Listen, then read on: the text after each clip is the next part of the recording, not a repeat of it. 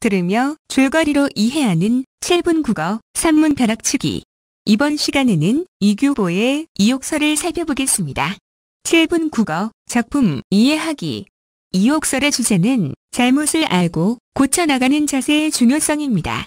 이 작품은 일상생활의 체험을 통해 얻은 깨달음을 바탕으로 교훈을 전달하는 수필입니다. 글쓴이는 퇴락한 행랑채를 수리하면서 비가 새는 것을 알고도 방치했던 행랑채의 수리 비용이 한 번 비를 맞은 행랑채의 수리 비용보다 훨씬 많이 드는 것을 경험합니다. 글쓴이는 이를 삶의 이치에 적용하여 직과 마찬가지로 사람도 잘못을 알게 되면 바로 고쳐야 한다는 깨달음을 얻게 됩니다. 또한 이것을 나라를 다스리는 일에 확대하여 적용하면서 백성의 이익을 침해하는 일이 있다면 나라가 위태롭기 전에 바로잡아야 한다고 이야기하는 교훈적인 수필입니다. 행랑채를 수리한 경험을 인간의 삶의 이치와 나라를 다스리는 경륜으로 확대하여 해석함으로써 평범한 생활의 문제를 놓고 삶의 자세와 정치 현실에까지 그 논리를 확대해 나간다는 점에서 설득력을 얻고 있습니다. 이 글의 구조는 경험과 깨달음의 2단 구성으로 이루어져 있습니다. 글쓴이의 경험에서 대상에 대한 분석이 이루어지며 대상의 의미를 유추함으로써 새로운 깨달음을 얻게 되고 그 의미를 확장하게 됩니다. 대상을 경험하여 분석하는 부분에서는 집을 수리했던 일화를 통해 잘못을 알고도 수리하지 않았을 때의 폐해가 얼마나 큰지를 설득력 있게 말합니다. 대상의 의미를 유추하여 새로운 의미를 발견하는 과정에서는 집의 사례에서와 마찬가지로 사람의 잘못된 버릇과 습관도 바로잡아야 온전한 사람이 될 수 있다는 깨달음을 얻게 됩니다. 그리고 이러한 깨달음은 대상의 의미 확장을 통해 백성의 삶을 피폐하게 만드는 무리들을 한시바삐 제거하여 정치를 바로 세울 것을 촉구하면서 이를 정치 현실에 확대 적용합니다. 글쓴이는 자신의 경험을 제시함으로써 독자의 이해를 돕고 주장의 설득력을 높이고 있습니다. 또한 독자는 작가의 경험을 통해 자신의 경험을 떠올리며 글의 내용을 쉽게 이해할 수 있으며 글쓴이가 말하고자 하는 바에 동의할 수 있게 되는 것입니다. 작품 속에서 정치개혁이라는 다소 무거운 제재를 일상적 경험을 바탕으로 한 깨달음과 의미 확장이라는 구조를 통해 제시함으로써 독자들이 자연스럽게 받아들일 수 있도록 전달하는 것입니다. 7분 국어 본문 감상. 행랑채가 퇴락하여 지탱할 수 없게끔 된 것이 3칸이었다. 나는 마지못하여 이를 모두 수리하였다. 그런데 그 중에 2칸은 앞서 장마에 비가 센 지가 오래되었으니 나는 그것을 알면서도 이럴까 저럴까 망설이다가 손을 대지 못했던 것이고 나머지 1칸은 비를 한 번 맞고 샜던 것이라 서둘러 기와를 갈았던 것이다. 그런데 수리하고 나니 비를 맞은 지 오래된 것은 그 석가래와 추녀 그리고 기둥과 들보가 모두 썩어서 못쓰게 되었던 까닭으로 수리비가 엄청나게 들었고 한 번밖에 비를 맞지 않았던 1칸의 제목들은 완전하여 다시 쓸 수 있었던 까닭으로 그 비용이 많지 않았다.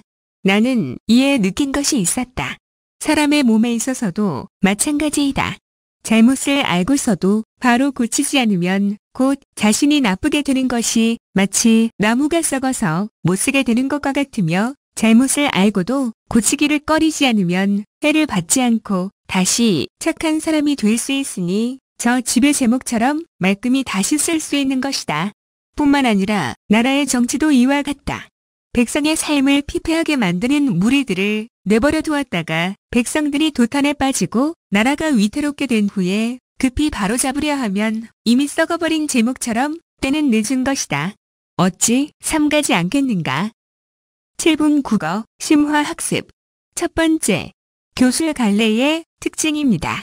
교술 문학은 다른 문학 갈래에 비해 글의 형식이 자유롭습니다. 그때그때 적절한 형식을 사용하여 글쓴이의 세계관과 가치를 표현하고 전달하려는 목적이 강합니다.